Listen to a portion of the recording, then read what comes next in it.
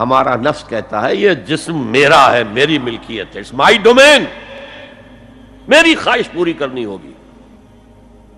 جیسے اس نے کہا میں نہیں جانتا کوئی خدا ہے میرے سوا اور میرے اوپر، میں نہیں مانتا. نفس بھی کہتا میں نہیں ماننے کو تیار، کیا حلال ہے کیا حرام ہے، کیا جائز ہے کیا ناجائز، میری خواہش پوری کرو.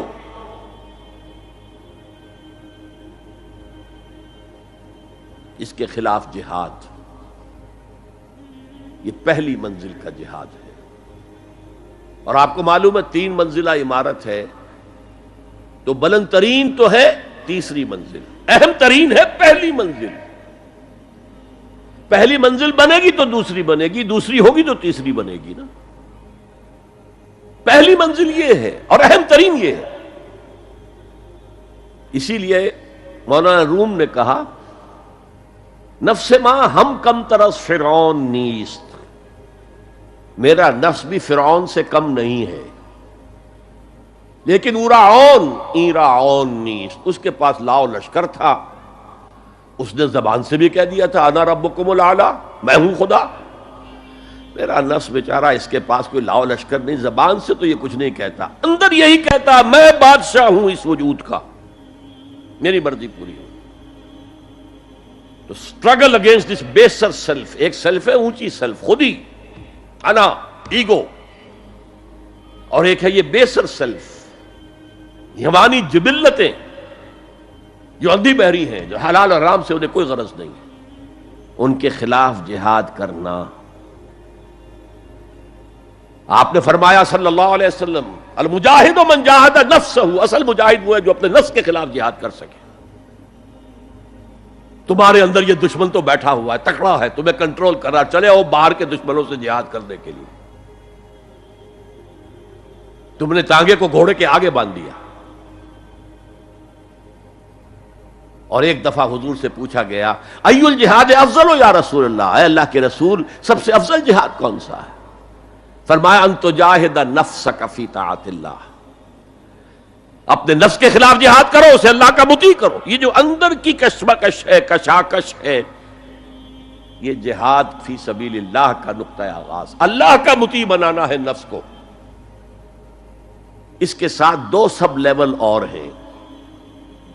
اس نفس کو بھڑکانے والی ایک قوت ہے انویزیبل، اور ویزیبل بھی ہے. انویزیبل قوت سب سے بڑی ابلیس، شیطان لعین، اور اس کے چیلے چانٹے جنات میں سے. اور ویزیبل میں انسانوں میں جو اس کے ایجنٹ ہیں، جو فحاشی کو کلچر کا نام دے، یہ اس ابلیس کے چیلے ہیں. ان کے خلاف جہاد نہیں کریں گے آپ. اگر آپ ان کے خلاف ایگریسو ایٹیٹیوڈ اختیار نہیں کریں گے تو آپ ان کے دباؤ میں آ جائیں گے. ان الشیطان لکم عدوا فاتخذوہ عدوا، اے لوگو یہ شیطان تمہارا دشمن ہے، اس کو اپنا دشمن سمجھو. وہ تمہیں سبز باغ دکھاتا ہے، بدی کو مزین کر کے دکھاتا ہے، اچھے اچھے نام اس کے رکھ دیتا ہے، اور تمہیں آمادہ کرتا ہے بدی کے ارتکاب پر. نہیں، وہ تمہارا دشمن ہے. افتتخذونہ وذریتہ اولیاء من دونی، تم مجھے چھوڑ کر اسے اور اس کے چیلے چانٹوں کو تم اپنا دوست بناتے ہو. نہیں، شیطان کے خلاف جنگ کرو. اور تیسرا اس پر سب لیول کیا ہے؟ معاشرہ اگر بگڑا ہوا ہے، اس کا عمومی رجحان برائی کی طرف ہے، تو سوشل پریشرز آپ کو ادھر دھکیلتے ہیں. جیسے کہ اگر کوئی موب جا رہا ہے تو اس کے ساتھ چلنا تو بہت آسان ہے، وہ خود ہی آپ کو دھکیلتا ہوا لے جائے گا. اس کے خلاف چلنا بہت مشکل کام. ہو سکتا ہے آپ بڑی زور لگا کے 4 قدم آگے بڑھیں، پھر کوئی ریلا آئے 10 قدم پیچھے لے جائے. تب 2 ہی راستے ہیں، زمانہ بات سازت تو بعد زمانہ بے ساز. یا تو پیسو معاملہ ہے، زمانہ تمہارے ساتھ سازگاری نہیں کرتا، چھوڑو تم زمانے کے ساتھ سازگاری اختیار کر لو، چلو تم ادھر کو ہوا ہو جدھر کی.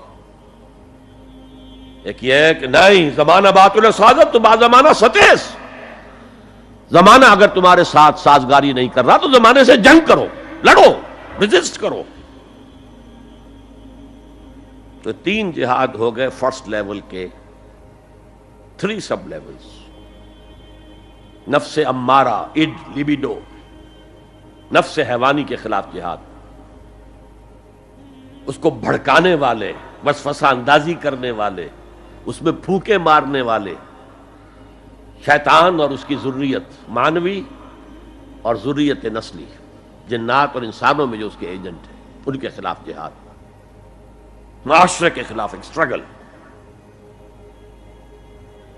اب یہ 3 جہاد آپ نے کر لیے، اللہ توفیق دے ہم میں سے ہر ایک کو، تو اب یہ جہاد آپ کے جسم سے باہر نکلے گا، خارج میں آئے گا۔ دوسری منزل ہے نظریاتی تصادم۔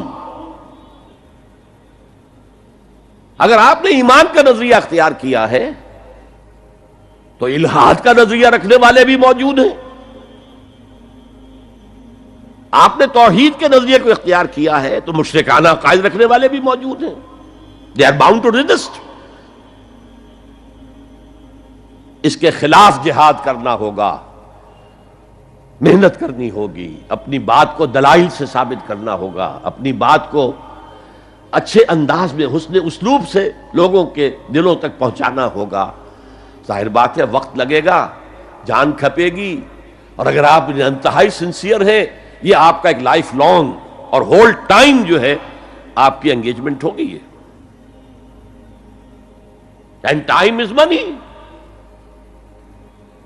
جہاد بالمال، جہاد بالنفس۔